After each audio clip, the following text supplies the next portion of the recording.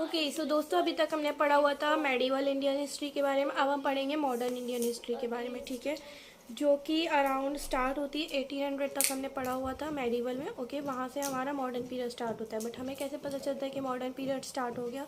सो इसके पीछे बहुत सारे हिस्टोरियंस का अलग अलग जो है टाइप ऑफ क्लासिफिकेशन है।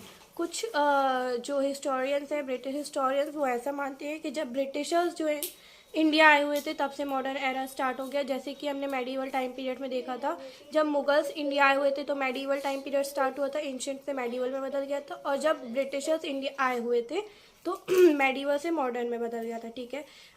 ब्रिटिशर्स की हिस्ट्री के हिसाब से माना जाता है कि वो अपनी हिस्ट्री को डिवाइड करते हैं कि उनके इधर आने के बाद इंडिया किस तरीके से ग्रो हुआ, किस तरीके से इवॉल्व हुआ अलग अलग फील्ड्स में, लाइक किस तरीके की पॉलिसीज जो है ब्रिटिशर्स ने लाई, ठीक है, क्या सोशलिज्म मूवमेंट रहा और क्या बोलते हैं, क्या कॉलोनियल रूल रहा, किस तरीके से जो है कंपनीज यहाँ पे सेटअप हुई, ठीक है। बट अगर हम वही इंडियंस के पर्सपेक्टिव से देखें, इंडियंस के पॉइंट ऑफ व्यू पीओवी से देखें, तो हमें देखने को मिलता है कि वो मानते हैं कि ये कॉलोनियल पीरियड था, ठीक है, जब कंपनीज का इस्टेब्लिशमेंट हुआ, वो ग्रोथ हुई यहाँ पे। और जो क्या कहते हैं, इंडिया जो है ब्रिटिशर्स के रूल में बहुत ज़्यादा जो है वो ब्रिटिशर्स जो है बहुत ज़्यादा लालची थे, ठीक है। वो सिर्फ यहाँ से जो है रॉ मटेरियल्स कैरी करके ले जाते थे, चाहे हम वो कॉटन को लिए, चाहे हम वो स्पाइसेस को लिए, ठीक है, वो यहाँ से ले जाते थे रॉ मटेरियल्स कैरी करके और वो वहाँ से प्रोडक्ट बना करके यहाँ पे सेल आउट करते थे मार्केट में। सो बेसिकली मॉडर्न पीरियड इन्हीं चीज़ों के बारे में है। अब हम देखते हैं मॉडर्न पीरियड में इम्पोर्टेंट ऑफ डेट्स का जो है बहुत ज़्यादा सिग्निफिकेंस है। क्यों? क्योंकि डेट्स वगैरह उतना ज़्यादा मैटर नहीं करता है, क्योंकि हमें ये पता नहीं चलता है कि पर्टिकुलर जो कुछ चीज़ें हैं वो किस किस डेट में हुई थी। बट इवेंट्स जो हैं या ईयर वगैरह जो है या इवेंट्स हैं वो ज़्यादा इम्पॉर्टेंट है हमारे लिए। क्यों?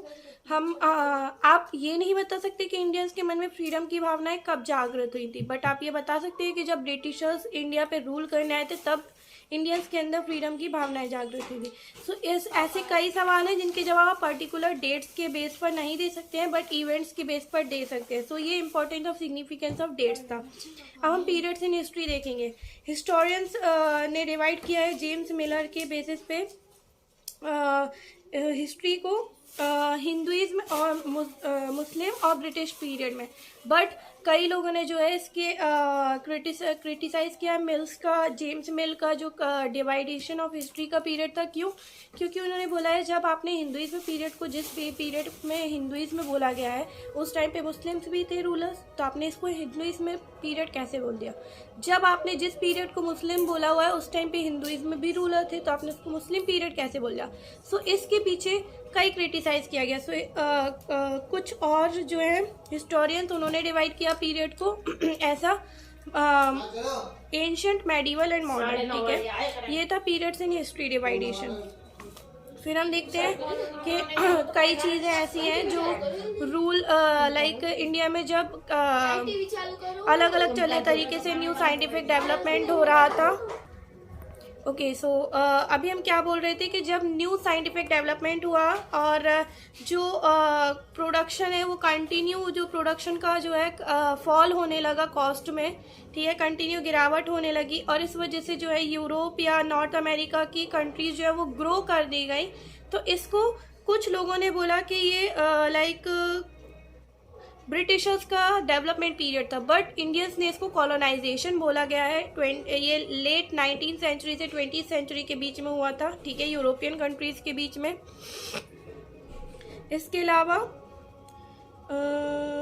जो है इंडिया पे किसी किसी भी कंट्री के ऊपर किसी और कंट्री का रूल होना, ठीक है, जिसकी वजह से सोशल, इकोनॉमिक, पॉलिटिकल और कल्चरल चेंजेस आए, उसको कॉलोनाइजेशन बोला जाता है, ठीक है। Process of establishment of control over a country by other country ठीक है, that brings about the social, economic, political and cultural change, उसको कॉलोनाइजेशन बोला जाता है।